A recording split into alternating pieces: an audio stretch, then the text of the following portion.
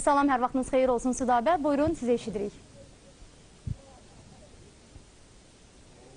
Hər vaxtınız xeyirli olsun Əfsanə, sizi də, tamaşaçıları da Qafqazın incisi olan mədəniyyət paytaxtımız Şuşanın mərkəzi meydanlarından birindən salamlayırıq. Bəli, sizin də qeyd etdiyiniz kimi bugün Azərbaycanın müxtəlif ölkələrdə yaşayan Azərbaycanlı diaspor nümayəndələrinin Şuşa səfəri başlayıb. Biz dəmir yumruğun sayəsində Şuşadayıq devizi ilə keçirilir. Əsas məqsəd də 26 ölkədən 100-dən çox diaspor nümayəndəsinin Şuşaya səfərinin də əsas məqsədi burada olan proseslərlə yaxından tanış olmaqda. Ümumiyyətlə, birincisi onlar 30 ildən sonra doğma vətəndədirlər, 30 ildən sonra Şuşadadılar. Onların bir həsrətləri var, bir niskilləri var, o niskillərini ovutmaq üçün Şuşadadılar. İkincisi isə onlar bu günləri Şuşada həm də ona görə ki, öz gözləri ilə burada baş verən həqiqətləri görmək istəyirlər. Dağıntıları, viran qalmış yerləri və eyni zamanda Şuşada aparılan quruculuq, abadlıq işlərini öz gözləri ilə görmək istəyirlər və eyni zamanda isə bunları lentə almaq, çəkmək, yazmaq və bütün dünyada təbliğ etməkdə. Diaspor nümayəndələri içərisində müxtəlif təbəqədə olan insanlar var, bunların içərisində ziyalılar da var, müxtəlif alimlər də var və eyni zamanda jurnalistlər də var. Ən başlıcası isə bu alimlərin ölkəmizə səfərinin məqsədi burada tədqiqatların aparılmasıdır və biz bunu həm təəssüf hissi ilə deyirik, bir tərəfdən ki, doğrudan da bu günləri burada tədqiqatlar aparılmalıdır. Bu ermənilərin törətdiyi vandalizm əməlləri bütün dünyaya göstərilməlidir.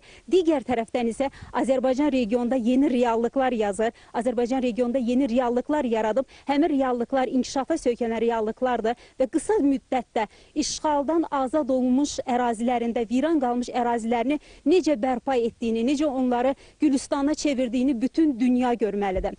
Diaspor nümayəndələri bu günləri Şuşanın müxtəlif yerlərində oldular. Onlar burada güllələnmiş heykəllərə baxdılar. Eyni zamanda burada onların səfər proqramı olduqca zəngindir və onlar müxtəlif Gövhərağa məscidinə gedəcəklər, yuxarı Gövhərağa, aşağı Gövhərağa məscidinə gedəcəklər, Saatlı məscidinə. Ən böyük istəklərindən biridir odur ki, məscidlərimizdə namaz qılsınlar, dualar etsinlər və hal-hazırda nümayəndələrin bir qrupu Xan Qızı bulağına gəlmişdi və gördüyünüz kimi uzun illərdən sonra, 30 ildən sonra Xan Qızı bulağından su yenidən gəlir. Ermənilər bizim bulaqlarımızı qurutmuşlar. Amma baxın necə bulaqlarımız yenidən çağlayır və onlar buradan sərin su içdilər, dualar etdilər.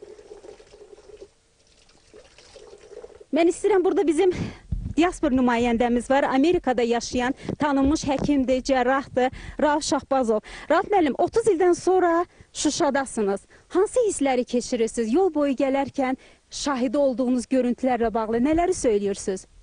Açıqcası bugünkü gündə o qədər həyəcanlıyam ki, bu sözlərlə bu həyəcanı ifa etmək çox çətindir mənə. Xüsusilə də ki, yol boyu gələndə Füzulinin kəndləri, dağılmış kəndlərini, obalarını, kəsilmiş ağacları görəndə insan kədər böyürür və eyni zamanda onu qeyd eləmək lazımdır ki, bu bir şeyi göstərir, yəni ultra millətçiliyin, erməni faşizminin, necə deyirlər, bu bir portretidir. Bu dağıdılmış obalar, dağıdılmış evlər o faşizmin bir portretini göstərir. Amma digər tərəfdən gəlib Şuşamıza çatanda, mədəniyyət paytaxtımız Şuşamıza çatanda orada yenilənmiş, artıq quruculuq işlərinin başlandığını, bayaqları qeyd edirəm, görürəm, yəni tarixi bir yerdəyik, Xan Qızı bulağından su içəndə bu insana bir gələcəyə ümid verir və gələcəyin məhz Azərbaycanlılar tərəfindən, Azərbaycan milləti tərəfindən gələcəyin qurulmasını göstərir və Qarabağın yenidən çiçəklənməsinə ümid verir.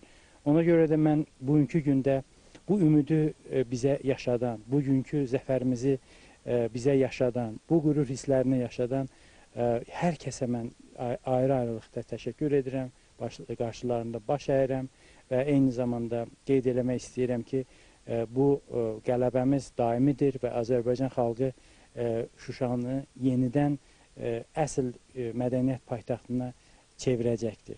Ona görə də mən bir daha hər kəsə təşəkkür edirəm. Çox sağ olun Rauf müəllim. Bəli, sizin də dediyiniz kimi biz qurucuyuq. Şuşanın hər daşı, divarı bizim üçün olduqca doğmadır. Bu Şuşada nə qədər dağılmış yerlər varsa, 1-ci Qarabağ müharibəsinin nişanəsidir. Və 30 ildə ermənilər sonradan üst-üstə bu əraziləri dağıdıblar, yenə də viran qoyublar. Amma bizim ordumuz Şuşanı işğaldan azad edərkən o qədər həssaslıqla bu şəhərə yanaşdı ki, bir daşının düşməsini belə rəva bilmədi. Canı bahasına, qanı bahasına bu daşı da, divarları da. Çünki Şuşa bizim üçün olduqca doğma bir şəhərdir. Təəssüratlar çox böyükdür. İndi qonaqlarımız bizim müxtəlif yerlərə gedəcəklər, diaspor nümayəndələri. Şuşada tarixi, dini, mədəni abidələrə baş çəkəcəklər və diqqət çəkən məqamlardan biri də odur ki, bu günləri bizim tarixi, dini, mədəni abidələrimizdə heç bir fərq qoymadan Azərbaycan dövlətinin onların hamısını bərpa etməsi, yenidən qurmasıdır və bunu da diaspor nümayəndələri də birmənalı şəkildə yüksək dəyərləndirdilər və qeyd olundu ki, Azərbaycanın bu multikulturalizm dəyərləri ən geniş şəkildə, ən yüksək səviyyədə dünyada təbliğ olunmalıdır. Necə ki, bugünəcən təbliğ olunur, bu iş bundan sonra da davam etdirilməlidir. Əfsanə, mənim təəssüratlarım olduqca çoxdur. Əgər sizin suallarınız olarsa, məmnuniyyətlə cavablandıra bilərəm. Biz növbəti buraxılışda sizə daha geniş reportajlar verməyə də çalışacağıq. Hələlik isə söz sizdədir. Çox sağ olun Südabə. Təəssüratlarınızın çox olması başa düşülən də aydındır. Diaspor nümayəndələri və siz oranı canlı ziyarət etdiniz. Biz də elə vizual olaraq Şuşaya səyahət etdik. Çox sağ olun. Təşəkkür edirik.